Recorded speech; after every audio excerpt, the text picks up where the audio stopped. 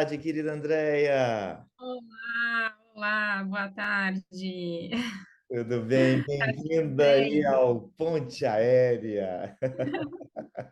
Pra frente das câmeras agora, né? É, finalmente, finalmente. Obviamente, nosso querido Ivan está nos bastidores aí hoje, né? Está envolvido nisso Sim. tudo. E nós vamos ter aí a sua preciosa presença dividindo informações conosco, né, André? Que coisa boa, bem-vinda. É, muito bom poder estrear aqui no Ponte, né, ao lado de pessoas tão queridas, profissionais tão competentes, e falando de um tema que é super polêmico, né? Exatamente. Não, Hoje a gente vai sempre tratar, faz, né, André? Assim, a gente tenta trazer nas nossas discussões temas que não estão postos no dia a dia, mas assim, referendados dentro de discussões que são interessantes, mas que fazem parte da nossa prática do dia a dia, né? sim, sim. E hoje nosso tema é vias alternativas de alimentação, né? Uhum, Quando indicar e quando não indicar, né? Que é a nossa grande dificuldade, uhum, principalmente com algumas famílias, né? Enfim, acho que você vai tratar muito bem disso, sobre a importância da alimentação, né? Na nossa cultura, e o quanto que às vezes é difícil a não indicação, né? Mas eu queria só lembrar que a gente tem um documento, né, do Choosing Wisely, que fala sobre a não indicação dessas vias alternativas de alimentação para as pessoas com demência avançada, né? E apesar dessa não indicação formal, né, muitas vezes a gente discute com as famílias e acaba achando um caminho do meio ali, uhum. né? Acho que a função do geriatra é essa, né? Tentar achar uma solução para as angústias da família e do paciente. É, não tem dúvida, André. E, obviamente, claro, baseado nessas guias, o nosso bate-papo hoje vai ser muito nessa literatura que existe desde especial a partir de 2009, 2010, quando o tube feeding, né, a alimentação por tubos, ela vem ganhando cada vez mais escopo diante da evolução de inúmeras condições clínicas. Obviamente, o nosso carro-chefe dentro da geriatria são as síndromes demenciais, onde a gente sabe que uma determinada fase, na fase mais avançada, a hipótese diagnóstica dos corpúsculos beta-amiloides e, ao mesmo tempo, da proteína tal, vão atrofiar os núcleos responsáveis pelo processo de deglutição. E com isso é a vida, né? Ou o próprio corpo dizendo, olha, parou, não tem como. E a dificuldade, né, André, que a gente enfrenta, porque na nossa cultura a comida ela é celebrada com tudo. Se eu vou me casar, eu vou celebrar com alimentação. Se eu vou arrumar um namorado ou namorada novo, eu celebro com alimentação. A partida é celebrada também com a comida. Então, a comida ela faz parte da nossa cultura. E, em algumas situações, a possibilidade de não ofertar comida. Isso vai ao encontro de muitas das crenças sociais e até mesmo antropológicas dessa nossa população. E aí é o caminho que a gente segue, né, para poder decidir sobre isso. Mais uma vez, óbvio que o nosso carro-chefe na geriatria é lidar com os quadros demenciais, mas nós temos também que pensar nos pacientes que têm neoplasia, nos pacientes que sofrem de quadro, de um acidente vascular encefálico, né, que em algumas situações, é o que a gente vai fazer um passeio agora pela literatura, sobre o que trazem dessas informações. Mas como você, de forma muito transparente, já trouxe logo desde o início, nós temos guias específicas recomendando a não utilização de vias alternativas de alimentação numa fase avançada da síndrome demencial, por uma série de fatores, né? O Choosing Wisely é um dos documentos mais robustos que nós temos hoje, nada mais do que o encontro de vários especialistas baseados na evidência científica propondo ações a não serem tomadas em diversas circunstâncias de saúde, né? Porque, assim, André, quando a gente fala sobre vias alternativas de alimentação, a gente está pensando em promover para o indivíduo o constituinte elementar. Eu tenho que ter uma provisão de energia, eu tenho que ter uma provisão de gorduras, eu tenho que ter uma provisão de proteínas, micro e macronutrientes necessários para a gente manter esse metabolismo orgânico do nosso paciente. Ao mesmo tempo, eu tenho que pensar naquele paciente que tem uma perda do seu status funcional, onde eu quero fazer a manutenção ou até mesmo melhorar esse status funcional funcional, eu quero fazer uma melhora, uma manutenção das atividades funcionais e as habilidades de reabilitação desse nosso idoso, mantendo sempre, né, a qualidade de vida, com essa redução da morbidade, da mortalidade dos nossos idosos. Nosso corpo, né, do ponto de vista celular, ele é movimentado justamente por isso. A nossa usina interna das nossas organelas citoplasmáticas, elas estão diretamente associadas com esses micro e macronutrientes que entram e saem, produzindo maior ou menor quantidade de energia. E dentro desse contexto, né, o guideline da Sociedade Europeia, né, de Nutrição Clínica, eles sempre colocam para a gente que toda vez que eu estou diante de um paciente que tem um risco nutricional e onde a comida ela não está sendo suficiente para poder ter essa manutenção, a gente indica a suplementação. Naqueles pacientes portadores de múltiplas patologias e a própria síndrome da fragilidade, e naqueles pacientes submetidos a algum procedimento cirúrgico, né, onde a suplementação oral precoce, ela garante essa manutenção do status funcional, reduzindo a mortalidade, a morbidade e a mortalidade desses indivíduos, né? E é importante, né, a gente pensar, porque a gente tem duas vias, né, alternativas, a parenteral e a enteral. Eu acho que cabe muito mais a gente aqui no Ponte Aérea, a gente falar da via enteral, já que a parenteral tem indicações muito mais precisas e muito mais, vamos dizer, pontuadas nesse sentido. Já que a via enteral, a utilização desses tubos, nasoenteral, gastroenteral, a gastrostomia, a jejunostomia, suas inúmeras variações, elas são indicadas, né, seja em doenças neurológicas, seja em doenças orofaríngeas, seja em doenças avançadas com a perda de peso, gerando caquexia, sarcopenia, né? Porque toda vez quando a gente se depara com aquele idoso que não quer se alimentar, é muito prático, é muito simples eu pontuar e vou colocar uma sonda nele, vou colocar uma gastrostomia. É um procedimento simples, é um procedimento prático, é um procedimento que reduz o trabalho que é sentar com a família diante de uma condição clínica que eu sei que o paciente não vai ter benefício dessa via alternativa. Vamos pensar mais uma vez nesse protótipo nosso da síndrome demencial, onde aquele paciente, se for submetido, a gente pode até aumentar os anos vividos, mas o corpo dele está dizendo: opa, parou, zerou, eu vou fechar a minha via, eu não tenho mais coordenação alimentar. Quantos idosos, né, André, a gente tem hoje? Eu tenho pacientes hoje que estão, sei lá, já eram para ter partido há 10 anos atrás, 15 anos atrás, e só estão aqui conosco em função da presença de uma via alternativa de alimentação. É, no Brasil, né, aquilo que a gente sempre discute, é um erro, é um acerto? Não, isso é um acordo entre as partes envolvidas. Primeiro, sempre respeito ao que os cuidados paliativos sempre dividem com a gente, né? A autonomia, a capacidade de decisão, o que esse indivíduo gostaria, já que hoje ele não tem uma capacidade cognitiva de decisão. E é muito pesado para as famílias decidirem isso, se vai colocar ou não vai colocar uma via alternativa. Se eu coloco, eu prolongo uma vida muitas das vezes que pode ser uma vida tranquila, mas pode ser uma vida também rica de sofrimentos, colonizações bacterianas, as limitações associadas, o custo que é a utilização, né, de suplementos e a própria dieta para determinados cenários que até mesmo artesanal torna-se complicada para essa utilização, já que esses micro e macronutrientes eles podem se encontrar de forma não equilibrada. Uma vez que essa via de alimentação não passa pela boca, não passa pela saliva, não passa pela estrutura esofagiana, vai direto para o estômago com processos de absorção. Alguns trabalhos, né, tem um trabalho bem antigo de 2008, né, do grupo europeu de Hansen e colaboradores, que eles fazem um levantamento sobre a expectativa que os profissionais de saúde eles têm sobre a via alternativa de alimentação, né? E nesse grupo, os resultados são bem legais, quer dizer, legais e conflitantes, porque a expectativa é totalmente distante da realidade. Aproximadamente 90% dos profissionais de saúde acreditam que melhora a nutrição, que 60% acreditam que melhora o perfil de hidratação, que 60% deles acreditam que melhora a sobrevida, que 49% acreditam que melhora a logística operacional, seja no domicílio ou seja na unidade hospitalar, mas o fato é que isso não acontece. O fator, né, que a gente tem que sempre pensar antes de estar propondo para esse indivíduo uma gastrostomia, uma via enteral, é pensar, ele tem uma doença incurável, Mas essa intervenção vai trazer melhora da qualidade de vida? Opa, vai. Então a gente vai promover a intervenção.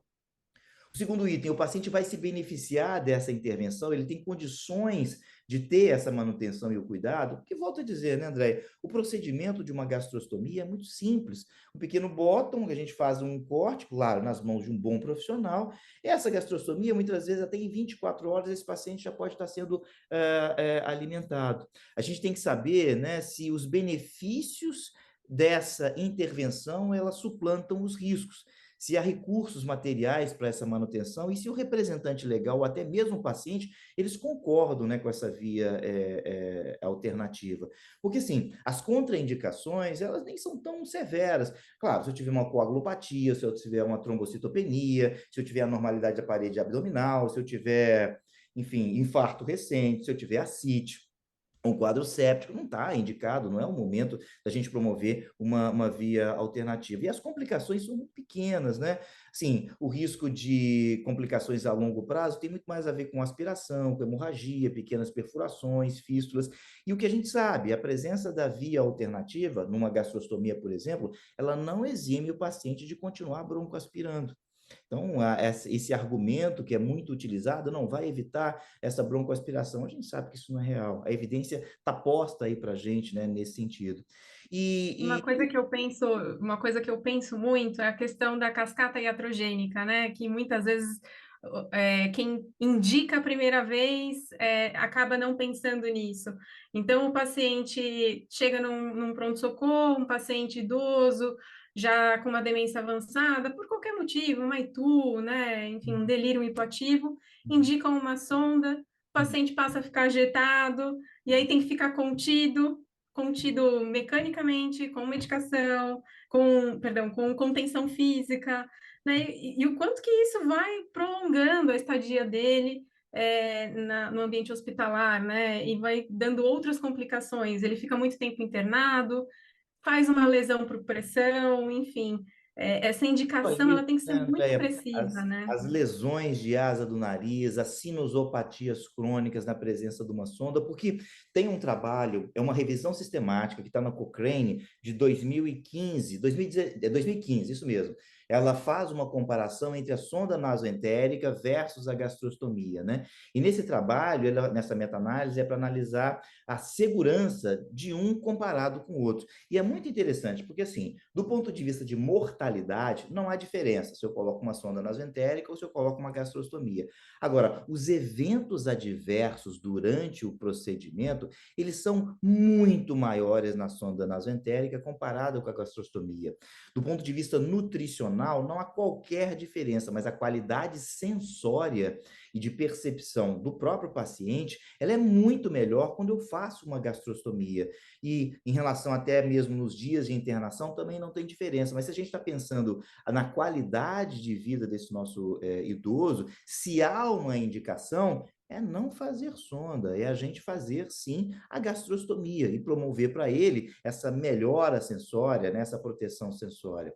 Porque, assim, as evidências, né, elas são muito concretas. Numa outra revisão sistemática, também de 2014, da Cochrane, pensando em especial nos indivíduos em cuidados paliativos, é sabido que, assim, não há indicação de via alternativa de alimentação para o paciente em cuidado paliativo. Eu estou falando de uma demência avançada, eu estou falando de uma neoplasia avançada, de uma caquexia por DPOC, uma caquexia por uma insuficiência cardíaca avançada.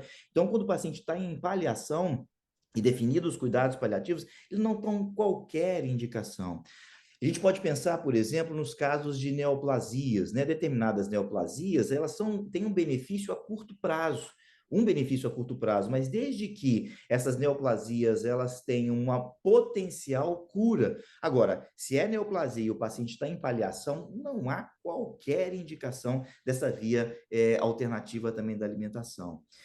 Uma outra condição clínica que é muito comum, né, da gente ver a utilização de uma via alternativa é quando o paciente apresenta um quadro vascular encefálico. Aqui sim, quando a gente sabe que é o seguinte, na primeira semana não há benefício dessa via alternativa após o evento. Então, assim, se há uma possibilidade de uma recuperação, não tem dúvida, a gente pode promover. E nos trabalhos, né, tem dois papers, um paper de 2017, fazendo uma análise, né, comparativa com a gastrostomia, mostrando que a gastrostomia ela está associada com a menor mortalidade, com a menor falha terapêutica, com uma melhor oferta nutricional para aqueles indivíduos pós-AVC após a primeira semana. O que a gente sabe que é o seguinte, que daqueles, nesse mesmo paper, né, de Connet e colaboradores, eles dizem que um quarto dos pacientes que são submetidos à gastrostomia, eles morrem em 30 dias. Um quarto consegue recuperar-se em 2 a 3 anos e metade desses indivíduos permanecem com a gastrostomia. Então, cuidado paliativo não há indicação, neoplasia avançada não há indicação, AVC é questionável e a gente pode considerar a utilização dessa via alternativa para proteção.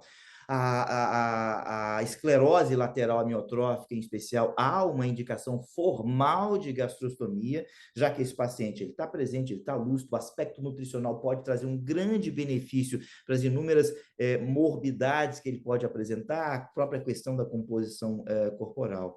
E como a gente já comentou, né, Andréia, no quadro demencial, na fase mais avançada, não afeta a sobrevida expressa pelos estudos até então existentes, não aumenta. Tem um documento da própria Sociedade Americana de Geriatria, revisto em 17, publicado em 2011, falando sobre isso, que ele não afeta a sobrevida, não melhora a qualidade de vida, não melhora a lesão de pele por pressão ou melhora a capacidade funcional. E não é à toa que o Choosing Wise ele já pontua não indicar vias alternativas de alimentação naqueles pacientes com síndrome demencial de forma avançada. E o que a gente sabe é que esses indivíduos, quando apresentam, né, a necessidade de uma via alternativa, quando mais do que isso, no quadro demencial, eles apresentam distúrbios da alimentação, em especial no que se diz respeito à deglutição, com a necessidade de fonoaudiologia regular, a necessidade desse hands feeding, que que a gente tenta fazer, né, a alimentação de conforto também para esse idoso. A gente sabe que quando ele tem esse distúrbio da deglutição, a taxa de mortalidade, tem um trabalho publicado na New England de 2000 e... Deixa eu pegar aqui a data de 2013, mostrando justamente sobre isso, que quando existe a alteração da deglutição, a taxa de sobrevida desses idosos, elas tendem a ser muito menores. E não é à toa que, nesse momento, a promoção da qualidade de vida dentro dos ditames dos cuidados paliativos são os elementos mais importantes, né?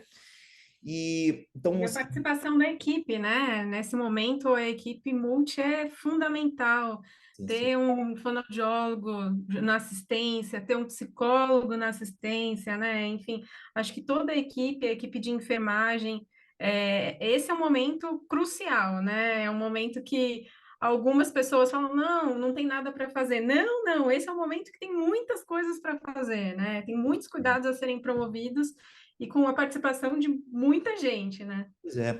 E assim, nessa angústia desses familiares, você vive isso, eu vivo isso todos os dias, nos pacientes que estão ou em instituição de longa permanência, ou que já estão conosco no ambulatório, consultório há longos anos, e ele começa a engasgar.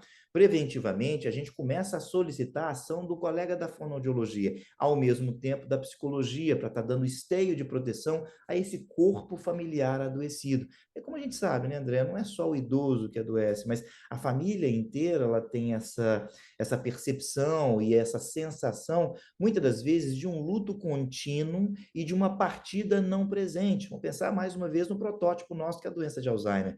Às vezes, com 15 anos de evolução, 17 anos de evolução, e volto a dizer, eu tenho idosos hoje que vivem em domicílio, em longa permanência, que estão aí com a gente há 10 anos, 15 anos, e só estão presentes pela a intervenção dessa via alternativa com uma qualidade de vida extremamente questionável, extremamente questionável.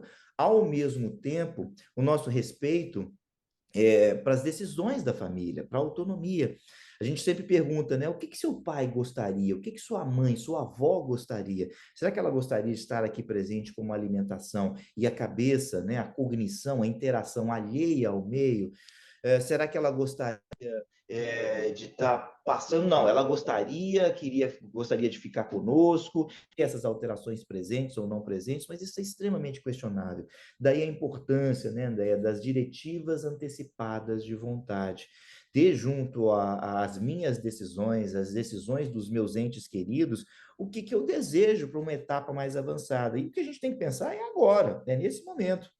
Um momento onde eu guardo capacidade de lucidez, que eu guardo capacidade de decisão, porque deixar essa decisão para os meus entes queridos, filhos, cônjuges como um todo, isso é muito difícil e é extremamente doloroso.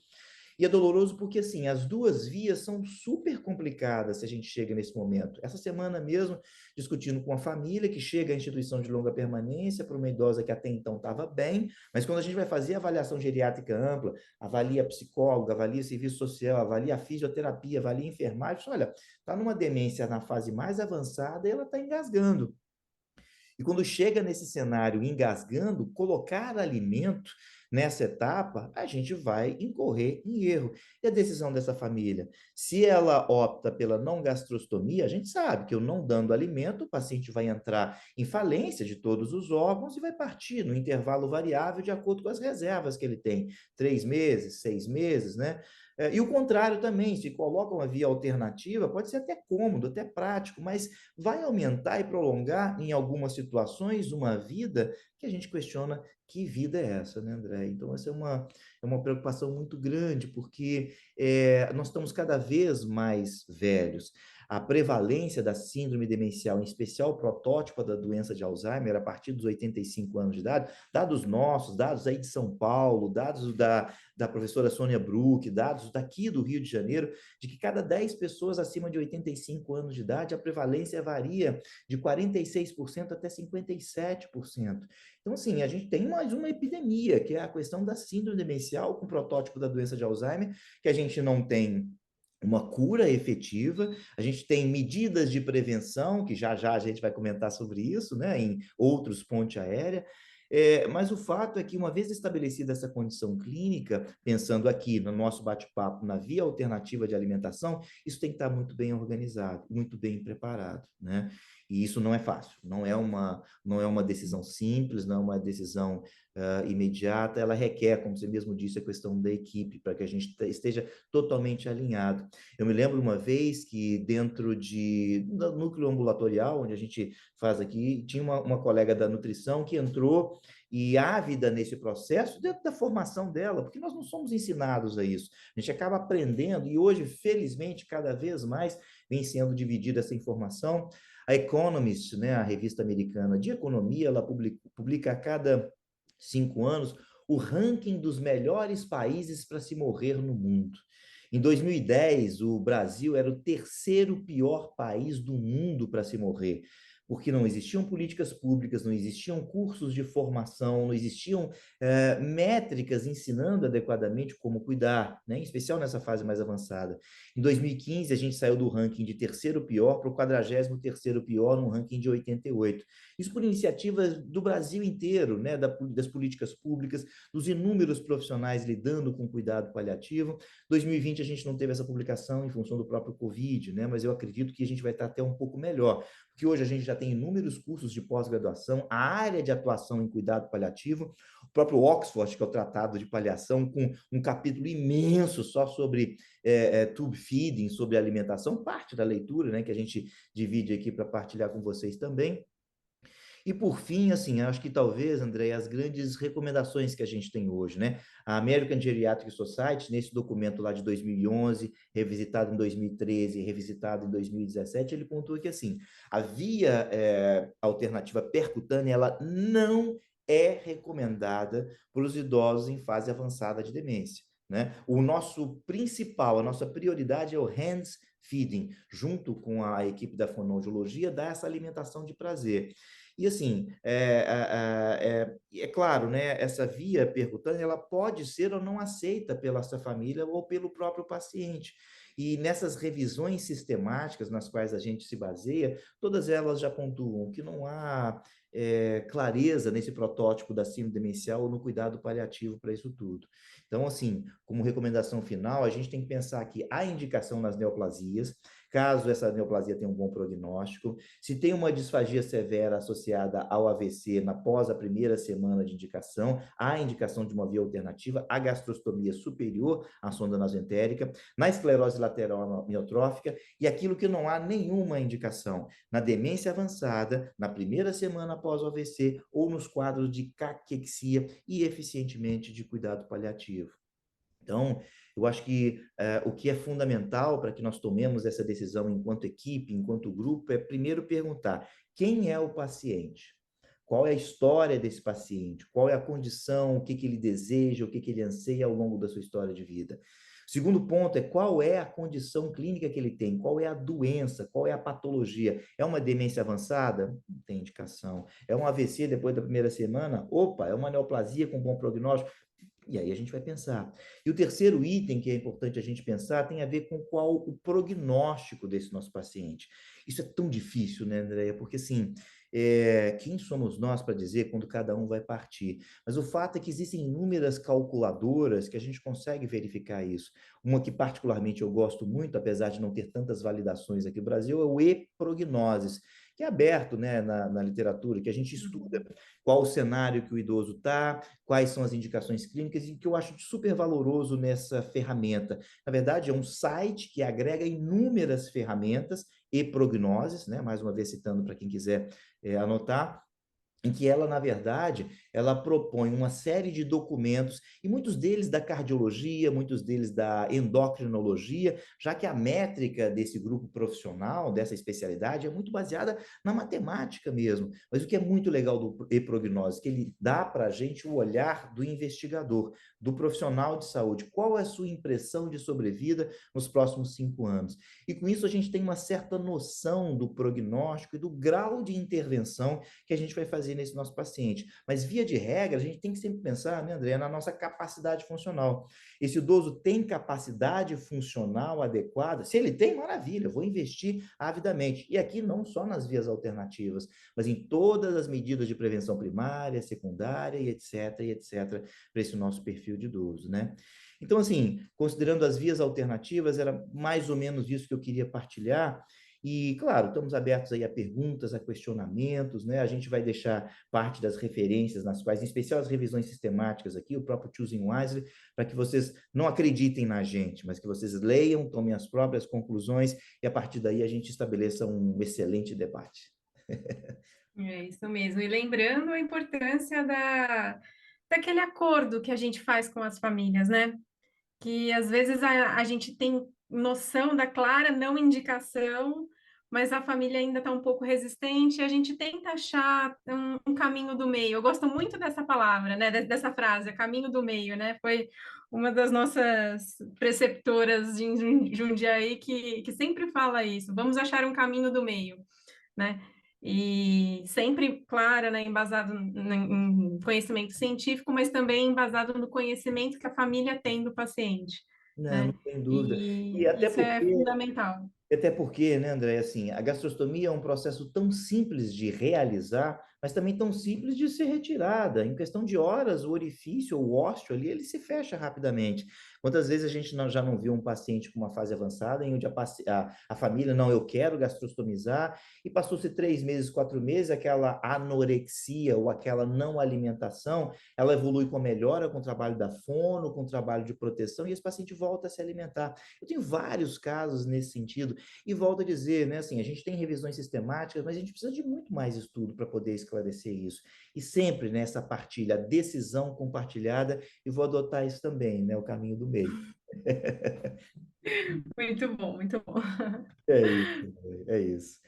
Bom, eu acho que a gente faz nosso pequeno voo aqui, né, já encerra e damos continuidade, né, Andréia? Lembrando que já Isso já aí. Ivan que está nos bastidores hoje, ele vai estar com a gente já já. E essa é uma iniciativa nossa, né, do nosso grupo, não contamos com nenhum patrocínio, mas muito mais nessa intenção de partilhar informações as nossas angústias, as nossas dúvidas, os nossos medos, né? E a incerteza, mas baseado, né, nos temas de maior complicação e sempre com essa predileção pela troca de informações. Então, sintam-se à vontade para partilhar, dividir, se acharem pertinentes, né? Isso mesmo, interagir com a gente. É isso, é isso. Andréia, um ótimo voo para nós, foi excelente. E nos vemos então no nosso próximo Ponte Aérea. Isso, nos vemos em breve. Tchau, tchau, Andréia. Tchau.